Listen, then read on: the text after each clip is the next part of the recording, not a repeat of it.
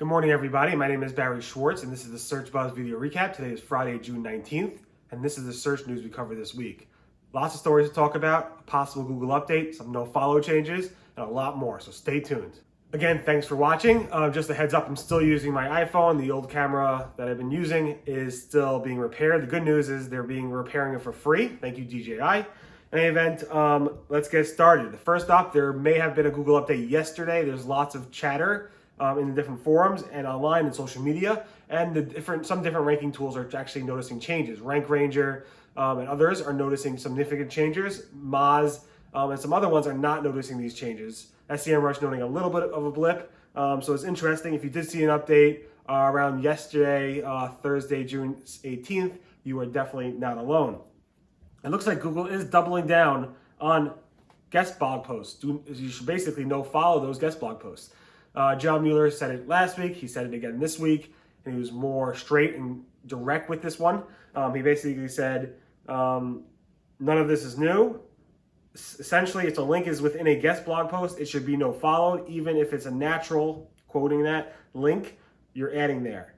None of this is new. Do it. Again, none of this is really new. Although guest blog posts were a strategy to be used 10 years ago. Like I said last week, Matt Cutts says, stick a fork in it, you're done. And this was about in 2010, I think, or so, or 2014. I forgot the actual year. But Google said it is done. So you might not be penalized for it. You can be penalized with a manual action. But those links are not going to help you. Google's not going to go ahead and count them. You could definitely use guest blog posts for other reasons. Just follow them, and you should be safe. And it's interesting, Dijon SEO basically did a poll asking why do you do guest posts, and most of the SEOs said, by far, to get links. Again, nothing is new here. Again, Google's not going to probably penalize you algorithmically like they used to, but you may get a manual action, so definitely go ahead and no-follow them. Google's strong and serious about this. Guest blog post links should be no-followed. Don't go ahead and try to oh, my guest blog posts are fine, your guest blog posts are not fine. If you want to be safe, no-follow them. It's your blog, it's your site, you can do whatever you want, but that's Google's advice. We have a little bit more information about the no-follow change, so let's give you a little history. September, Google announced no-follows are going to be considered a hint. Specifically, in September, Google said for ranking purposes will be a hint. Then again, in March, Google said, well, they announced it in September, but in March, Google will use it as a hint also for crawling and indexing content. Now, I asked Google, anything changed? Danny Sullivan said, did actually anything change? Did Google do anything with it? And Danny Sullivan was like, yes, look at our blog post. And then Gary's like, well, no, not exactly. We didn't make any changes. Nothing has changed with rankings or indexing yet, but we are working on stuff. And then in this podcast that Google announced, and they actually released the first podcast this week, Gary gave a little bit of a hint of what's going to change, or at least what he thinks is going to change. He said it's not been approved yet. The ranking team has to look at it. But basically, he said a couple things have maybe changing with this. One is those websites that move websites and they put up a splash page on their old website saying, visit here, click here to visit our new website. And that click here is actually no-followed. Google's like, they probably don't intend for that to be no-followed, so maybe we'll follow it. Also, it's a good way for Google to discover malicious and spammy sites. Sometimes those are no-follow, and Google's like, maybe we want to go ahead and index those and follow those to find this type of content so that we can remove it from our index. So there's maybe changes coming. We're not exactly sure when, but if they do, Google said they will announce those changes. Again, right now it's a policy change and nothing more. Again, comment if you like this camera better. I can use it. It's an iPhone 11, so I can use it. Definitely comment below if you like the camera better. The audio quality, I don't have a hookup yet. Next week, today it's coming, an adapter that I can use to hook up the iPhone directly to a lav, so it'll be a little bit better. But outside of that, I'm adjusting the volume as best as I can in the movie editing tools. Google said, I asked John Mueller, why all of a sudden in the past few months or so are SEOs complaining that their sites aren't being indexed as much as they used to? Is it a thing about quality? Is Google being stricter about what they're indexing in terms of quality?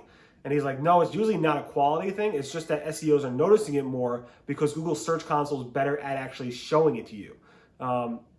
That's what he said. He said nothing has changed recently with this. In the past year or so, nothing has changed. But Google Search Console is better at reporting what's indexed and what's not. Very interesting. I have a whole long post about that this week. You can watch him actually say that. And I questioned him about this, summarized it, and questioned him again, and that's what we got.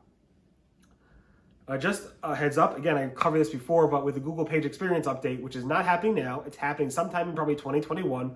Google, I will notify you when we have a 6-month notice of this. But Google's Page Experience update will use the scores from your AMP pages if you are serving up AMP.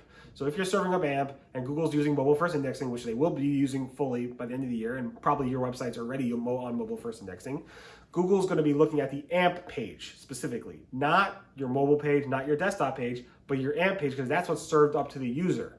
And since your AMP page is served up to the user, Google's going to look at the page speed, the usability, and so forth of your AMP page. And the good news is AMP pages generally do well with this page experience update. So if you are using AMP, great. If not, make sure your pages are in compliance or doing well with those core vitals and the overall Google page speed, page experience scores. Just as a little tidbit, doesn't really make a difference to you, but Gary from Google basically said that if a nofollow is on an HTML link tag in the header or wherever, that will actually go ahead and be, Google actually comply by that. So you can even use rel sponsored, rel UGC, and rel nofollow in that, and Google will actually use it. The reason this came up is because WordPress is looking for a way to kind of weed out Google crawling RSS feeds on comments and so forth. So maybe that will help them with crawl budget issues and other things. Gary also said in that podcast this week that Google has already spotted over 1 million websites. It seems like a massive number using the rel sponsor tag. So I was one of the first to actually add a rel sponsor tag on my ads and so forth, my links, as just why not? But it seems like over 1 million websites, according to Gary, have done that. And Href, Patrick Stock, said it might be right. Based on his data, he might say, well, maybe 1 million sites have done that. But Gary's like, you don't have to believe me if you don't want to, but we're seeing about 1 million websites using the rel sponsored. There's an interesting conversation between Martin Splitt of Google and Bartos from his company, where he basically said that it's better generally to break up your CSS and JavaScript files into smaller chunks for indexing and caching purposes or not. And it really depends. There's a very interesting conversation. I'm not going to go through the whole thing, and it's because it's a depends type of response. Take a look at my post on June 17th if you are interested in that topic. Another topic around JavaScript, it seems like Google's potentially having indexing issues with Disqus comments. Now, I don't see it. I tested this on my own blog. It seems Google's indexing it fine. But Martin Splitt said, it looks like a glitch on our end. Keep an eye in the next couple of days. It should eventually possibly work. Now, maybe Google fixed the issue. I'm not sure. It seemed like Google was indexing it also last night when I saw when Martin Splitt was covering this. Glenn Gay believes this is an ongoing issue for a long time, and it depends on the site and the implementation of Disqus. But it does look like potentially Google had to make a fix or is making a fix around some Disqus comments because Google's not properly indexing them.